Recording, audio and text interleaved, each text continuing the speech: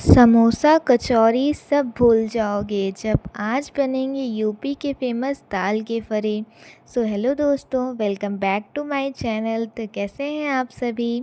उम्मीद करती हूँ कि आप सभी बहुत अच्छे होंगे। तो आज मैं लेकर आई हूँ आपके लिए एकदम नई रेसिपी जो हमारी यूपी की बहुत ही फेमस है, जो कि है दाल के फरे। और अगर आपने यूपी में होकर भी ये नहीं खाया तो आपने खाया ही क्या है। तो चलिए आज हम इसे बनाते हैं। तो सबसे पहले उसके लिए मैंने यहाँ पर ली थी चने की दाल, और फिर इसके बाद हमें लेनी है उड़द की दाल। और यहाँ पर मैंने चने की दाल ली थी 4 बड़े कप। और अगर 4 बड़े कप आप भी ले रहे हैं तो आप ये चीज़ ध्यान दीजिएगा कि जो आप उड़द की दाल लेंगे ना, उससे बस आपको एक ही बड़े कप लेना है। यहाँ पर हमें चने की दाल को ज़्यादा रखना है बेसिकली, और जो हम उड़द की दाल लेंगे उसे कम रखना है। और आपको इसे कम से कम 5 से 6 घंटे पहले सोख करके रख देना है ताकि ये अच्छे से फूल जाए। और ये देखिए, मैंने जब इसे सोख करके रखा, ये उसके बाद का है कि एकदम अच्छे से बीच से टूट जा रही है। आप भी इस तरह करके देख लीजिएगा। जब ये इस तरह हो जाए तो इसका मतलब है कि हमारी दाल अब रेडी हो चुकी है। और ये देखिए, मेरी दोनों दाल बीच से एकदम, इनके जो बीज हैं एकदम टूट जा रहे हैं बढ़िया से। तो इसका मतलब अब हमारी दाल यहाँ पर रेडी हो चुकी है। 5 से 6 घंटे में आराम से रेडी हो जाती है। अब इसके बाद हमें ले लेना है यहाँ पर पानी। यहाँ पर मैंने 4 ग्लास पानी डाला था और उसमें 1 चम्मच नमक डालकर खौलने के लिए रख देना है। और तब तक हम इसका पेस्ट बनाकर अच्छे से तैयार कर लेंगे। तो यहाँ पर साबुत दाल को पहले मैंने डाला था मिक्सी के जार में, और जब ये पड़ जाएगी तो 2-3 मिर्चियाँ आप डाल दीजिएगा। हरी मिर्च अपने टेस्ट के अकॉर्डिंग डालिएगा, और कुछ कलियाँ लहसुन की। और ये देखिए, हमारी स्टफिंग बनकर तैयार हो गई है। मैंने दोनों दालों को फिर एक में मिक्स कर दिया था। और जैसे ही ये स्टफिंग बन जाएगी तो इधर हमारा पानी भी बॉईल हो रहा है, ये देखिए। अब इसे थोड़ा सा और बॉईल हो जाने देते हैं ताकि पकने में कोई प्रॉब्लम ना हो। तब तक हम अपनी स्टफिंग में नमक और मसाले ऐड कर इसे तैयार कर लेते हैं। 1 बड़ा चम्मच डाला था मैंने यहाँ पर नमक, और फिर उसके बाद इसमें ऐड किया था धनिया पाउडर, वो भी 1 बड़ा चम्मच ही डाला था। फिर थोड़ा सा डाला था गरम मसाला, एंड देन फिर डाला था 1 चम्मच रेड चिली मैंने इसमें। आप इसे स्किप भी कर सकते हैं क्योंकि हमने पहले भी डाली थी, तो अपने टेस्ट के अकॉर्डिंग ही करना आप इसे। देन यहाँ पर फिर डाली थी कश्मीरी मिर्च, और बस इसे बढ़िया से तैयार कर लेंगे हम मिक्स करके। और ये रेसिपी ना हमारे हेल्थ के लिए भी बहुत अच्छी होती है क्योंकि इन दालों में होता है protein, fibre, iron and folate जैसे इंग्रेडिएंट्स पाए जाते हैं। एंड जो लोग इसे पहली बार ट्राई करेंगे उन्हें शायद ये चीज़ ना पता हो कि जितनी बढ़िया हमारी दाल की स्टफिंग होती है, उतने ही बढ़िया हमारे फरे बनकर तैयार होते हैं, बढ़िया एकदम टेस्टी से। और जब ये स्टफिंग तैयार हो जाएगी तो हमें आटे की छोटी छोटी सी पूड़ियाँ बना लेनी है और इन्हें इस तरह से भर कर रखना है। और ये ना आप इसे बहुत अच्छे से लॉक करिएगा, वरना हम इसे जब पकाएंगे ना खौलते पानी में तो ये खुल जाते हैं और इसकी स्टफिंग पूरे पानी में हो जाती है। तो इसे एकदम बढ़िया से आप इसे लॉक करिएगा, तभी ये फटेंगे नहीं, वरना इन्हें बीच से फटने का भी डर रहता है। अब यहाँ पर मैंने अपने सारी गुजिया को बनाकर तैयार कर लिया है। ये दाल वाली गुजिया हैं, और इन्हें एक एक करके हम पानी में डालेंगे जब हमारा पानी बढ़िया से खौलने लगेगा। और इसमें ना बाज़ार वाला स्वाद बिल्कुल नहीं आता, बल्कि उससे भी बेहतर स्वाद आपको घर में ही मिलता है। और ये हमारे यूपी वालों का तो फेवरेट स्नैक्स है जो अब आपके भी किचन में होगा।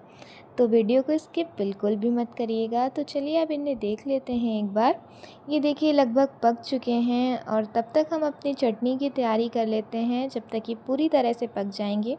चटनी बनाने के लिए मैंने यहाँ पर लिए हैं 2 बड़े साइज़ के टमाटर, 2 ग्रीन चिली, 4-5 कलियाँ ही ली थी लहसुन की, और कुछ लिए थे मैंने काजू बादाम 3-4, और 2-3 बादाम लिए थे। अब इसकी हमें अच्छे से प्यूरी बनानी है। इसके बाद मैंने यहाँ पर लिए थे रोस्टेड मूंगफली के दाने। और चलिए अब इसे डालते हैं ग्राइंड करने के लिए मिक्सी के जार में। तो यहाँ पर एक एक करके हमें सारी चीज़ों को डाल लेना है। ग्रीन चिली आप उतने ही रखिएगा जितना आपको तीखा खाना पसंद हो। और ये जो काजू है ना, इनसे वो बहुत ही बढ़िया सा टेस्ट आता है और गाढ़ी सी बन के तैयार होती है। तो अब यहाँ पर चॉप करके टमाटर को डाल देना है। बड़े बड़े पीसेस कर रही हूँ क्योंकि वैसे भी ग्राइंड होना ही है इन्हें, तो क्या फ़ायदा हमें अपना टाइम वेस्ट करके। और बस थोड़ा सा नमक डाल देंगे और थोड़ी देर में हमारी चटनी भी बनकर तैयार हो जाएगी। तब तक हम अपने फरे को देख लेते हैं। और इसे 15 से 20 मिनट के लिए पकाना है। उतनी देर में ये पक जाते हैं और बीच में आप इसे 1-2 बार चला ज़रूर दीजिएगा, वरना ये चिपकने लगते हैं। तो अब मेरे फ़रे यहाँ पर बन चुके हैं। अब इन्हें पानी से सेपरेट कर लेते हैं एक-एक करके। देन इनका नंबर आएगा इन्हें पीसेस में कट करने का, वो मैं आपको बाद में दिखाऊंगी। अब इसके बाद यहाँ पर लेना है हमारी चटनी में डालने के लिए तड़का बना रही हूँ। आप चाहें तो बिना तड़के की भी खा सकते हैं। तो सबसे पहले लिया था सरसों का ऑयल, उसमें डाली हींग और ये जो सरसों के दाने होते हैं ना, ये डाला। देन इसमें ऐड किया कड़ी पत्ता और 2 सूखे मिर्च। और फिर जब ये अच्छे से पक जाएगा तो हमें उसी चटनी के ऊपर से डाल देना है, जो कि खाने में इतना लाजवाब लगता है ना कि वो आपको बस खा के ही पता चलेगा। चलिए दोस्तों, अब अपने फ़रे को करते हैं हम पीसेस में कट। तो इन्हें छोटे छोटे पीसेस में आप कर लीजिएगा। आपके मुंह में जितने बड़े पीसेस जा पाएँ आप उन्हें इतना भी रख सकते हैं। और कुछ लोग ना इन्हें बिना फ्राई किए ही खाते हैं, क्योंकि ये ऐसे भी पक चुके हैं। अच्छे लगते हैं ये ऐसे भी, लेकिन इन्हें जब फ्राई कर देते हैं तो इनका टेस्ट डबल से भी ट्रिपल हो जाता है। चलिए अब इन्हें फ्राई करते हैं। फ्राई करने के लिए लिया है सरसों का ऑयल, उसमें डाला जीरा और फिर थोड़ी सी हींग। देन कड़ी पत्ता हमने डाला तोड़कर और इसके बाद इसमें ऐड किया मैंने ग्रीन चिली, बीच से उन्हें कट कर दिया था। देन इसमें ऐड करेंगे हम मसाले, जिसमें डाला मैंने सबसे पहले हल्दी पाउडर, उसके बाद डाला नमक एंड देन उसके बाद इसमें हम ऐड करेंगे थोड़ी सी कश्मीरी मिर्च कलर के लिए। और फिर बस अपने फ़रों को ऐड कर देना है इसमें। हमारे फ़रे पके हुए हैं तो इसे ज़्यादा देर तक हमें नहीं पकाना रहेगा। बस 5 से 7 मिनट में ही ये फ्राई होकर तैयार हो जाएंगे, बढ़िया एकदम क्रिस्पी से बनकर। और आप ना इसे धीरे धीरे भूनिएगा, क्योंकि यही स्टेप जो है हमारे स्वाद को और भी बढ़ा देता है। और इसकी खुशबू आते ही सब लोग पूछेंगे कि आज बन क्या रहा है।